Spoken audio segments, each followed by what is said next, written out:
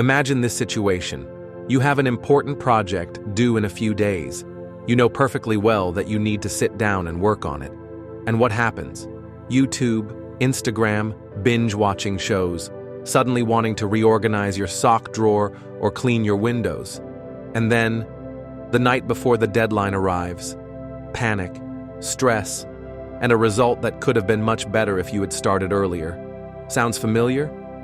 Probably yes. This is procrastination, a common enemy that steals our time, dreams, and opportunities. But today, we declare war on it. And this is a war that can be won. Many people struggle with procrastination for years. Some never find effective methods. Others completely change their lives by overcoming it.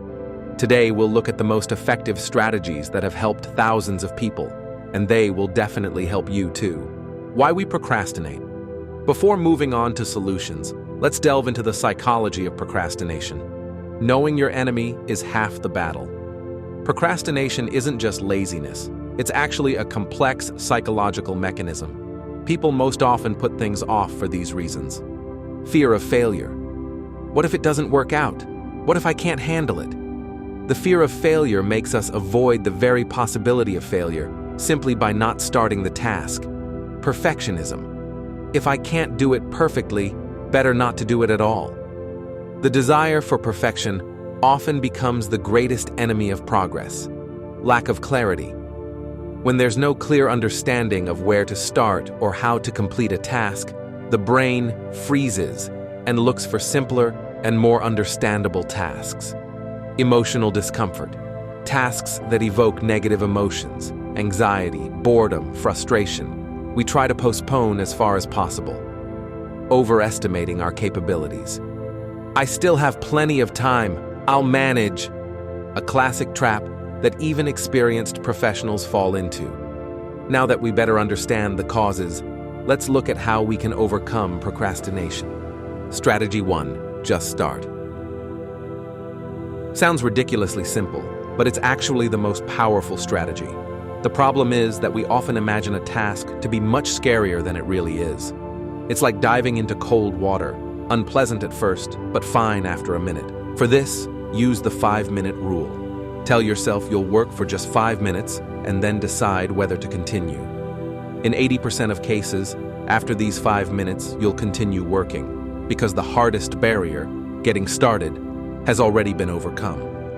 One student who always put off writing their thesis used this rule. They simply opened the document and started typing any thoughts for 5 minutes, and finished 3 hours later, having written almost an entire chapter. All because they overcame the main barrier, getting started.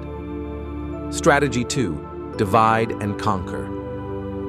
The cry of many procrastinators. This task is just huge. I'll never handle it. Now imagine you're standing in front of a whole elephant and you need to eat it.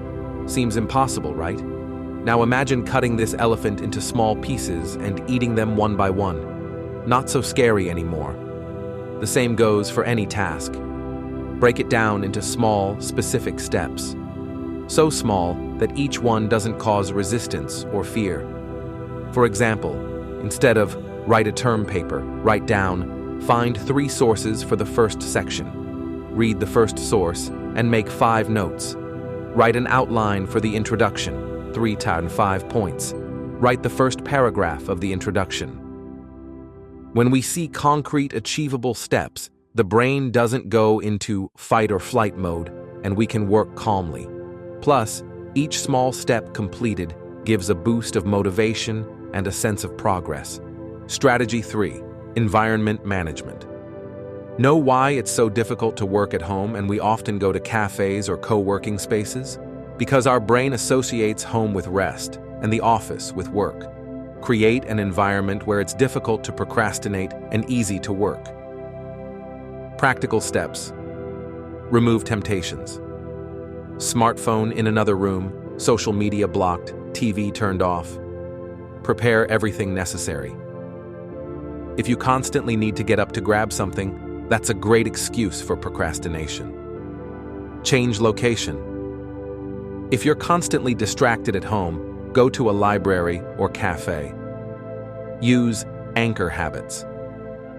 For example, always work after having a cup of tea. The brain will begin to associate tea with productive work.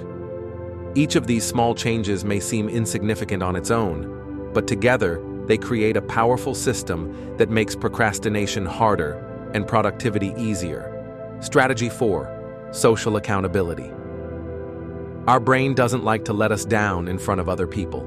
We can use this to our advantage. Publicly announce your plans. When you've told friends or posted on social media that you'll finish a project by the end of the week, you'll be embarrassed not to keep your word.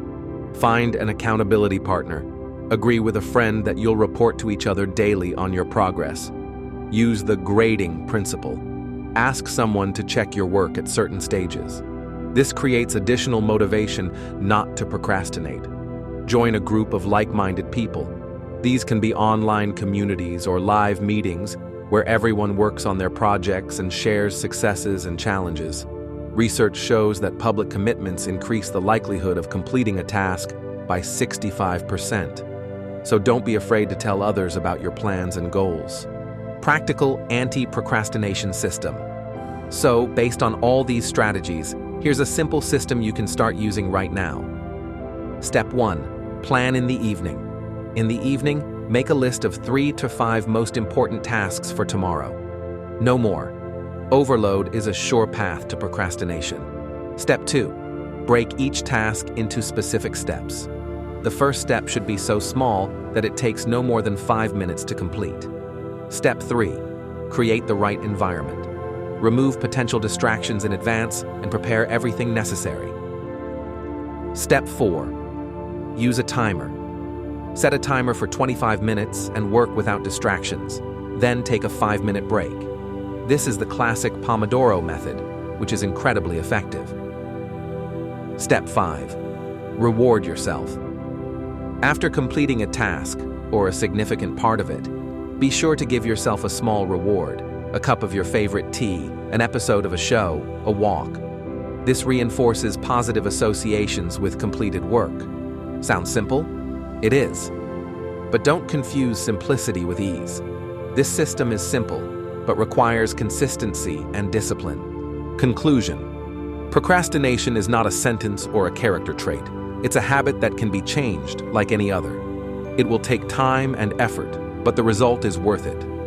Imagine your life without constant stress due to deadlines, without guilt over wasted time, without regret about unrealized opportunities. Imagine how much you could achieve if you took even a small step toward your goals every day. It's real, and it all starts with one small decision: not to put off important things until later. Start today, not tomorrow, not on Monday, not in the new year. Right now.